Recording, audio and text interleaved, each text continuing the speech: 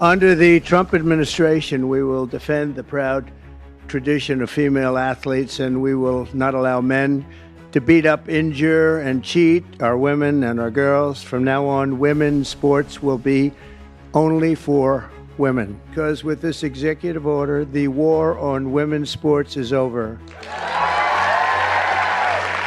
Brittney Griner in panic as Trump bans LGBTQ from female sports after Caitlin Clark's SLUR attack. The sports world was shaken after former President Donald Trump announced a sweeping executive order banning transgender athletes from competing in female sports nationwide. In his speech, Trump framed the move as a defense of fairness in competition, declaring that the war on women's sports is over, and vowing to protect female athletes from what he described as unfair advantages. California school board votes to ban trans athletes from girls' sports amid state's lawsuit with Trump. Decision comes as President Donald Trump's DOJ sues California over policies allowing males and girls' sports. The decision immediately sparked a political and cultural firestorm, especially within the WNBA, where star Brittney Griner has been one of the league's most vocal advocates for transgender inclusion. For Griner, who has built her public image around activism and equality, the timing could not be worse. This announcement comes on the heels of the Caitlin Clark controversy, where the young Indiana Fever star faced racial insults and questions about player safety. Trump supporters have used that incident as evidence of the chaos within women's sports, arguing that Clark and others should never face conditions that compromise fairness or safety. Did you see the race where they had the best female runners and they had a guy who was a decent runner, a long-distance race? And he won by 5 hours and 19 seconds. You know, normally you win by like 12 seconds, 2 seconds, a quarter of a second. He won by 5 hours and 19 seconds. It's crazy.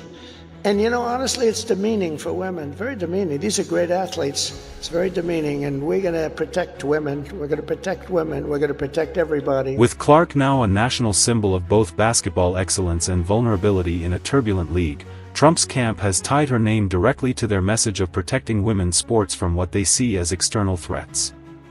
Reactions across the sports community have been divided.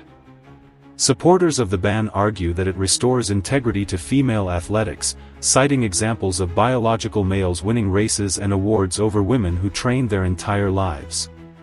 Critics, including Griner, see it as discriminatory and a dangerous rollback of inclusivity. In recent interviews, Griner has doubled down on her belief that everyone deserves the right to play, warning that such policies create division and strip away basic rights from athletes.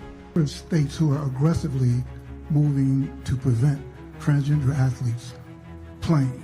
But where is that going to be on your radar in terms of advocating for athletes, all athletes, transgender athletes to be able to play?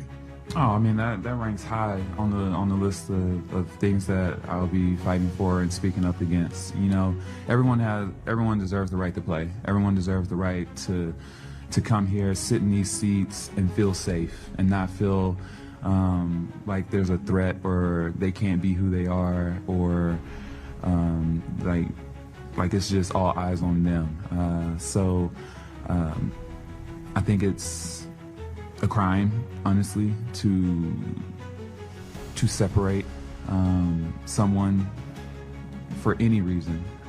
So I definitely will be speaking up against that legislation. And sources close to her suggest she is privately unsettled about how this will reshape not only the WNBA but her own role as an activist voice. The ripple effects go beyond professional leagues. Because the executive order applies to federally funded sports, colleges and universities are now scrambling to adjust their rules. Lawsuits are expected, and the debate over fairness versus inclusion is set to dominate headlines for months. Within the WNBA, locker rooms are reportedly split, with some players quietly supporting the ban but unwilling to speak publicly, while others fear that open opposition could alienate fans. For the league, it presents a branding nightmare: comply with federal law and risk backlash from progressive supporters, or resist and face financial and legal consequences. What makes this situation even more complex is Caitlin Clark's role. Though she has not publicly taken a political stance, her popularity and influence have made her a central figure in the debate.